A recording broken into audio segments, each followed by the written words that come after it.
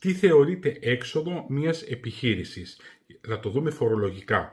Έξοδο είναι η δαπάνη που χρησιμοποιεί μια επιχείρηση έτσι ώστε να μπορέσει να επιτευχθεί ο σκοπός της, που ο σκοπός της είναι η κερδοφορία, είναι τα έσοδα. Όταν λοιπόν μια δαπάνη που με σκοπό το κέρδος χρησιμοποιηθεί, εκεί λοιπόν αυτό θεωρείται έξοδο της επιχείρησης και εκπίπτει κανονικά από τα βιβλία μας. Συνήθως ποια έξοδα μπορούν να δικαιολογηθούν χωρίς να έχουμε κανένα πρόβλημα? Είναι σίγουρα το ενοίκιο της επαγγελματικής στέγης, είναι οι μισθοί εισφορές που έχουμε στο ΝΕΦΚΑ, είναι λογαριασμοί από ρεύμα, από νερό, από τηλέφωνο, από ίντερνετ. Αν είμαστε εμπορική επιχείρηση, όλες οι αγορές θεωρούνται έξοδα, αγορές εμπορευμάτων ή πρώτων υλών, τα μεταφορικά μας. Αν έχουμε επαγγελματικό αυτοκίνητο, που θα κάνουμε μια παρένθεση με τα επαγγελματικά αυτοκίνητα, σαφώς είναι τα καύσιμα, είναι οι ασφάλειες, είναι τα σέρβις του επαγγελματικού οχήματος. Προϋπόθεση να υπάρχει άδεια φορτηγού ιδιωτικής χρήσης ή επαγγελματικό τέλος πάντων. Οι διαφημίσεις θεωρούνται και αυτές έξοδο.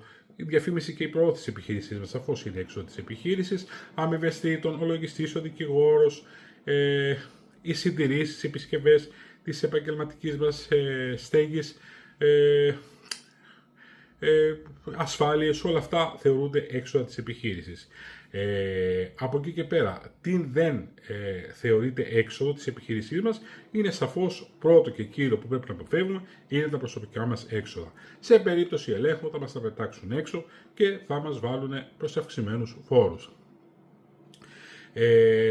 Και γενικά όλες οι δαπάνες που δεν έχουν σχέση με την επιχείρησή μας, που αυτό δεν μπορεί δηλαδή και ο λογιστής δεν ξέρει ακριβώς τι χρησιμοποιείτε εσείς στην επιχείρησή σας, δηλαδή εσείς οι ίδιοι πρέπει να δείτε ποια είναι τα πραγματικά έξοδα που σε περίπτωση ελέγχου να μπορείτε να το δικαιολογήσετε και ανάλογα. Μεγάλη προσοχή στα προσωπικά μας έξοδα. Δεν κόβουμε όπου βρούμε τιμολόγιο. Για να περάσει ένα έξοδο στην επιχείρησή μας, προϋπόθεση να κοπεί παραστατικό, δηλαδή τιμολόγιο, να εξοφληθεί μέσω τραπέζης αν είναι πάνω από 500 ευρώ ή μέσω κάρτας ή μέσω Iris κτλ. Τα έχουμε ξαναπεί σε άλλο κεφάλαιο.